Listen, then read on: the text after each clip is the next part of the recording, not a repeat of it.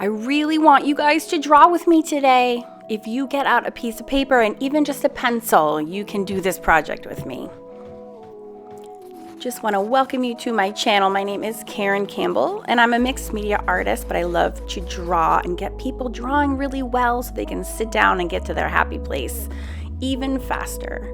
I've recently discovered Noodler's ink, and I'm pretty obsessed. Someone in my YouTube community recommended that I pour my Noodler's ink into some vintage crystal holders, and I have taken their suggestion to heart. I went to my local antique store and I found these gorgeous small crystal containers, exactly like what she was talking about, and I transferred the ink into these gorgeous containers. I am super happy with just the whole situation. They look beautiful. It's very inspiring. So I've taken my 4 colors, green, turquoise, purple, and 54th Massachusetts, which is a permanent ink, and I'm getting ready to do this project today. This is the reference I'm doing by this talented digital artist from Pinterest. So get out your drawing paper and let's draw together. I'm working in my Strathmore large 11 by 14 hardbound journal. You can work on a piece of paper. You can also do this project with acrylics or watercolors. It does not have to be ink. The first step you're going to do is draw an oval. You're going to put a horizontal line through the center of the oval, and that is your eye line. Putting 3 ovals across that center eye line will make sure that the proportions of the eyes are just what you want them to be. You want about an eye width in the middle. Mine are a little bit further apart. That's fine, give or take.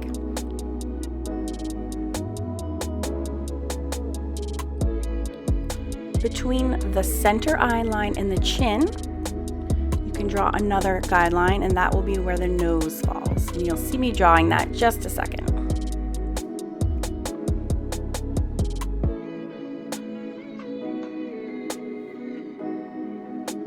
Take your time, put in the irises. The irises should be full circles that are cut off by the upper and lower eyelid. So make sure you're only seeing a partial circle there. And in this case, even the pupils, which are so small, are cut off by the upper eyelid as well. If you see the entire iris, which is the colored part of the eye, in its entirety, then you need to make them larger to make sure your lids are cutting them off, and that will give you the right eye proportion. The nose can be drawn doing the nostrils first and then putting parentheses on either side. You can make the lips as full or as thin as you like, and they sit right under the nose. To find the lip location, you can also divide the space between the nose line and the chin in half, and that will give you the right proportion for the mouth.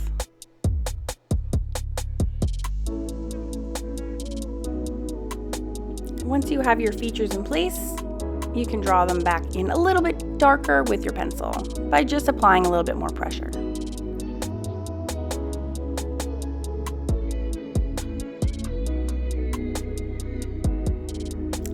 Ready to use my inks that I got. I'm going to start with a turquoise first. So I'm going to start by getting my brush wet and then inserting it directly into my ink bottle. When you're drawing or painting hair, you always draw as if you were holding a brush, a real hair brush. When you brush your hair, you start at the roots and you brush it long strokes down to the tips, correct? That's the same way you want to paint your hair as well. So you start at the top and you do long strokes all the way down. Nice, even long strokes. You try not to pick up your paintbrush or your pencil too many times. You just keep those strokes nice and long and lean.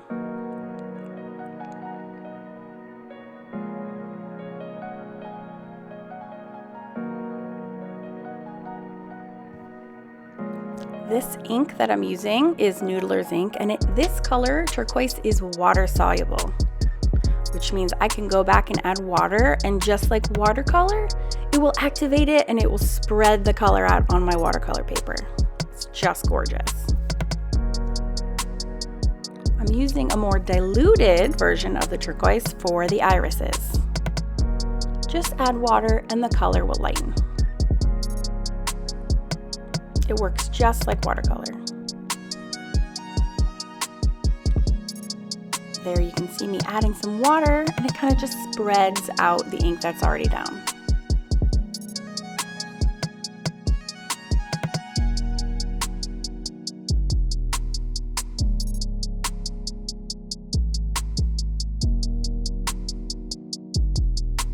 All right, moving on to the lips. I put down a light layer of the purple color, and that is what it looks like. It's just a nice even wash on the lips. My camera cut out recording, which is why I don't have it here, but I'm just filling it in with the purple with a little bit of water, the same exact way I did for the eyes.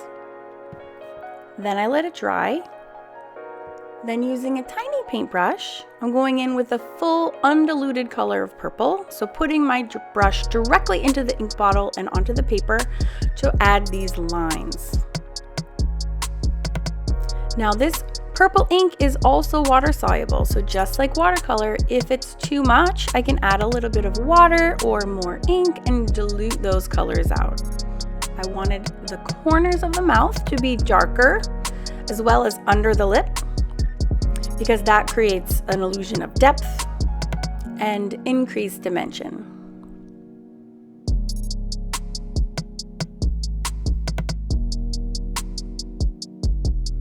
Again, the corners of the lips are a little bit darker. And in a moment, you'll see me taking a towel and trying to lift up just a little bit. You want the lightest part of the lips to be the middle of the lower lip. And we will be adding a highlight there as well. But you're allowed to preserve the whiteness there or the lightness if you like as well.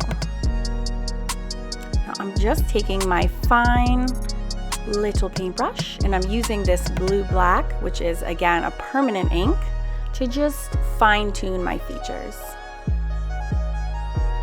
Then I'm adding a little purple into the corner of the eyes for where the tear duct is, and I'm just putting a light wash of purple, so purple and a little bit of water and then a little bit of the turquoise to add a line under the eye, and then also to fill in the eyelids with just some fun shadow color. And you can get much more dramatic there if you choose.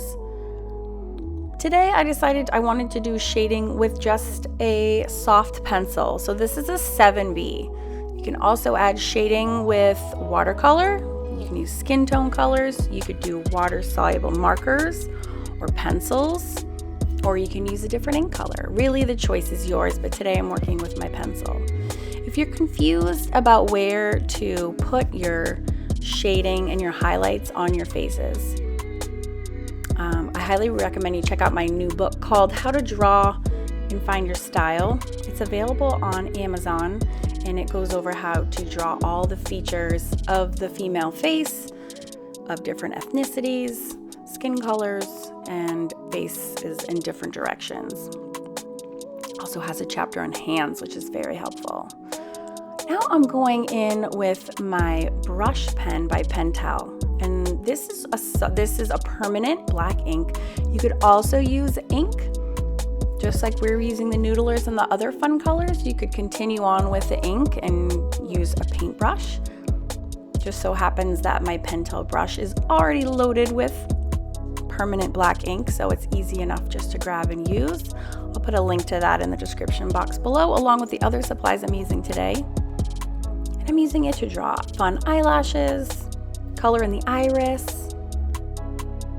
Just be careful when you're drawing eyelashes to really pay close attention to the directionality of those lashes. I should also mention I have a really good eye drawing chapter in my new book as well. So taking the same pen loaded with luscious permanent black ink and doing the same thing to the other eye. Notice that when you're doing eyelashes, the eyelashes will change direction as they go from one side to the other, and in the middle they're coming straight down or straight up, depending on what lid you're doing.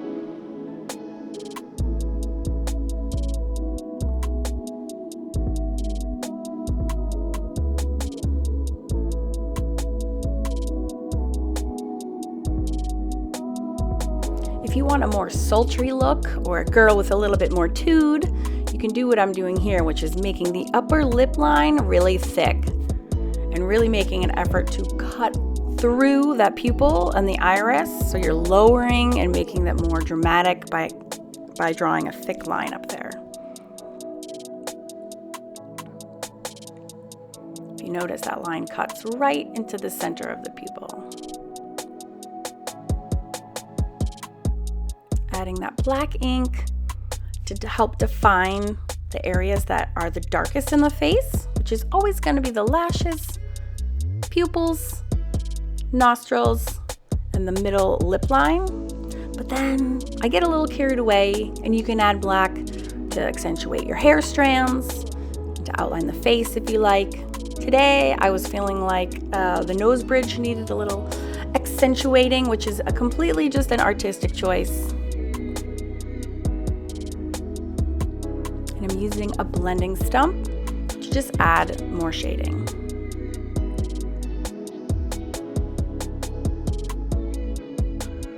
My favorite part of every art project, especially faces, is coming in with my white paint marker and adding some fun highlights. And I have a lot of fun with each face that I draw to play around with different reflections of the eyes, different pupil sizes. You can make highlights that are round, dots, straight lines. Just keep in mind that whatever you do to the right eye, you're going to repeat on the left eye and vice versa. So you want to keep those eye reflections the same as much as possible. You can add light reflections on the lips. If there wasn't such white on the paper, I would also do it to the nose, ball of the nose, and up the bridge of the nose. And on the chin, but those areas in this particular case are preserved. I preserved the white of the paper, so I didn't need to go back and add the highlights there.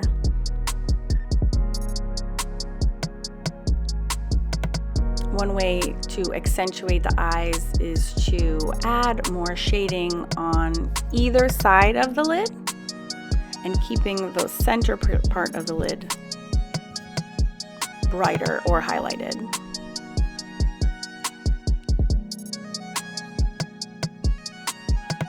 So as you can see, it's quite simple.